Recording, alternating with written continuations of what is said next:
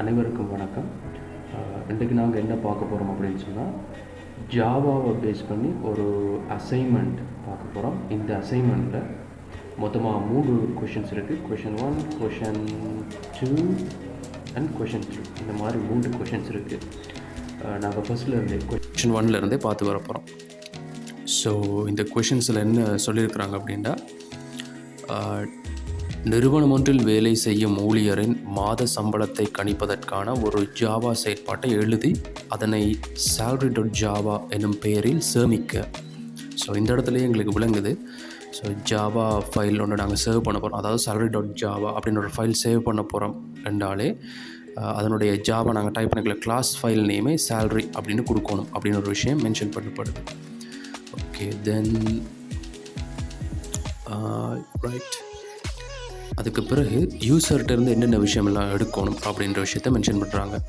பயனரிடமிருந்து, அதாவது யூசர்கிட்டருந்து பின்வரும் விடயங்களை பெற வேண்டும். என்னென்ன விஷயம்னு சொன்னால், நேம், டெசிக்னேஷன், மந்த், பேசிக் சேலரி இதெல்லாமே இன்புட்டாக எடுக்கணும். அந்த இன்புட்டாக எடுக்கக்கூடிய விஷயங்கள் எல்லாமே என்னென்ன டேட்டா டைப்பில் இருக்கணும், ஜாவாவில் என்னென்ன டேட்டா டைப்பில் மென்ஷன் பண்ணப்படணும் அப்படின்றதையுமே இங்கே தெளிவாகவே சொல்கிறாங்க. ஸோ இதிலிருந்து எங்களுக்கு விளங்கக்கூடிய விஷயம் என்ன அப்படின்னா, இந்த அவ்வளோ விஷயங்களுமே யூசர்கிட்டருந்து நாங்கள் இன்புட்டாக எடுக்க போகிறோம் அப்படின்ற ஒன்று.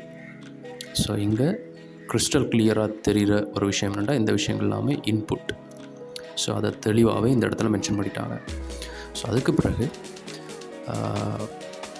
ஊழியரின் மொத்த வருமானம், டோட்டல் சேலரி பின்வருமாறு கணிக்கப்பட வேண்டும். ஓகே, டோட்டல் சேலரியை நாங்கள் கணிக்க போகிறோம். அதே போல் ஊழியரின் மாதம்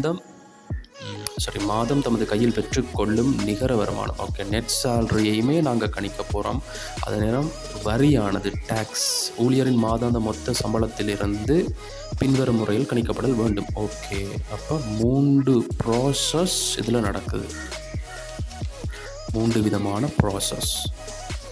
ஸோ நாங்கள் இப்போ இதில் நாங்கள் என்ன செஞ்சு கொண்டிருக்கிறோம் அப்படின்னா, இந்த ப்ரோக்ராமில் என்னென்ன இன்புட் யூசர்கிட்ட இருந்து நாங்கள் எடுக்கிறோம், அதை வச்சு என்னென்ன ப்ராசஸ் செய்கிறோம், ஃபைனலி அவுட்புட், இது எல்லாத்தையுமே நாங்கள் நோட் பண்ணி வரோம். ஓகே, வெளியீடு கீழ்வருமாறு அமைய வேண்டும் என்று சொல்கிறாங்க. ஓகே, இது அவ்வளவுமே வெளியீடு, இந்த மாதிரி தான் வெளியீடு இருக்கணும்ன்றாங்க. ஆனால் இதில் இந்த நேம், டெசிக்னேஷன், மந்த், சேலரி இது அவ்வளவுமே அவுட்புட். இது எல்லாமே யூசர் இன்புட் பண்ணுற விஷயங்கள். அவர் நேம், அவர் டெசிக்னேஷன், என்ன மந்த், அண்ட் தென் அவர் எவ்வளவு பேசிக் சேலரி எடுக்கிறார் என்ற இந்த விஷயங்கள் அவ்வளவுமே யூசர் இன்புட் பண்ண வேண்டிய விஷயங்கள்.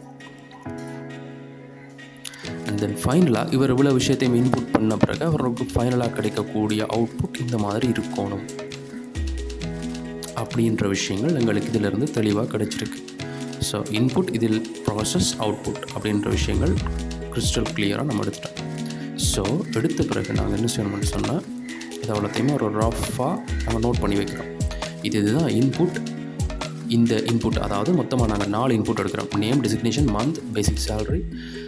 அந்த உள்ளிட அடுத்த விஷயங்களை வச்சுக்கொண்டு இவ்வளோ ப்ராசஸ் பண்ணுறோம். மொத்தமாக 4 ப்ராசஸ் நடக்குது. 1, 2, ஓகே 3 ப்ராசஸ் நடக்குது. அந்த ப்ராசஸை பண்ணிவிட்டு இவ்வளோ அவுட்புட்ஸை கொடுக்குறோம். ஸோ இந்த ப்ராசஸ் என்ன அப்படின்னா, ஓகே, டோட்டல் சேலரி காண்றது ஒரு ப்ராசஸ். அந்த டோட்டல் சேலரியை எதை வச்சு காண்றோம்னா, யூசர்கிட்ட எடுக்கிற இன்புட்டாக நாங்கள் எடுக்கிற பேசிக் சேலரி அப்படின்றவரை வச்சு தான் நாங்கள் இங்கே டோட்டல் சேலரி காண்றோம். அது எப்படி காண்றோம்னு சொன்னால், பேசிக் சேலரியோட 1.5 அப்படின்னு ஒரு வேல்யூவை மல்டிப்ளை பண்ணி வரக்கூடிய வேல்யூவை பேசிக் சேலரியோட ஆட் பண்ணி அதுக்கப்புறம் அந்த டோட்டல் சேலரியாக கணிக்கப்படுது. அது வார வேல்யூ டோட்டல் சேலரியாக கணிக்கப்படுது. அடுத்தது நெட் சேலரி. நெட் சேலரி எப்படி காண்றோம்னு சொன்னால், இங்கே நாங்கள் கண்ட டோட்டல் சேலரியிலேருந்து டேக்ஸை மைனஸ் கழிச்சோம் அப்படின்னு சொன்னால் நெட் சேலரி வருது. ஆனால் இந்த கொஷின்ஸ் என்னன்னு சொன்னால், டேக்ஸ் அப்படின்றதே நாங்கள் இங்கே யூசர்கிட்டருந்து இன்புட்டாகவே எடுக்கலை. ஸோ பிறகு நாங்கள் எப்படி டேக்ஸை காண்றது? ஸோ அதுக்கு ஒரு சார்ட் இங்கே தந்துருக்குறாங்க. இந்த சார்ட்டை பேஸ் பண்ணி நாங்கள் டேக்ஸை கண்டுபிடிக்கணும் அப்படின்னு சொல்கிறாங்க. அது எப்படின்னு சொன்னால், ஓகே, நாங்கள் இங்கிருந்து, அதாவது பெரிய வேல்யூவிலேருந்து வரோம். டோட்டல் சேலரி ஆனது 2 லட்சத்துக்கு மேலே இருக்கும் அப்படின்னு சொன்னால், டோட்டல் சேலரியோட 0.2 0.24 என்ற வேல்யூவை மல்டிப்ளை பண்ணிங்கன்னா அது டேக்ஸாக நீங்கள் கன்சிடர் பண்ணுங்கள் அப்படின்றாங்க.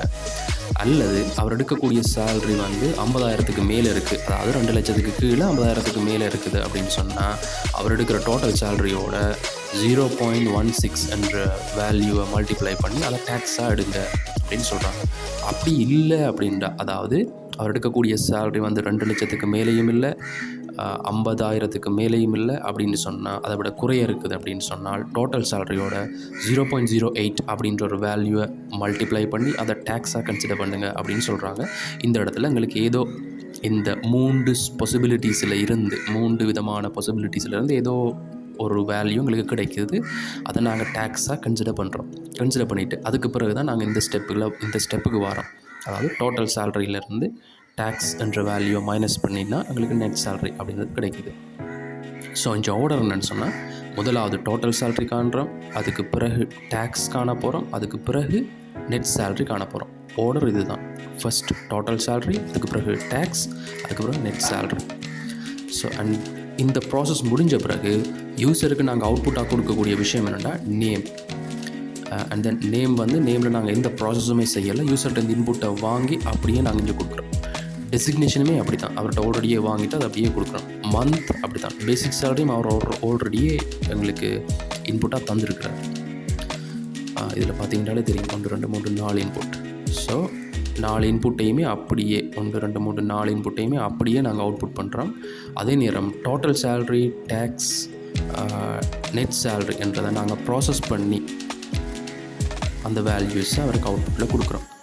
ஸோ இந்த மாதிரி இன்புட் எது, ப்ராசஸ் எது, அவுட்புட் எது அப்படின்ற ஒரு கிளியரான ஒரு ஐடியாவை நாங்கள் எடுத்த பிறகு அதை வச்சுக்கொண்டு அதை நாங்கள் ஒரு ஃப்ளோ சார்ட்டாக டிசைன் பண்ணுறோம்.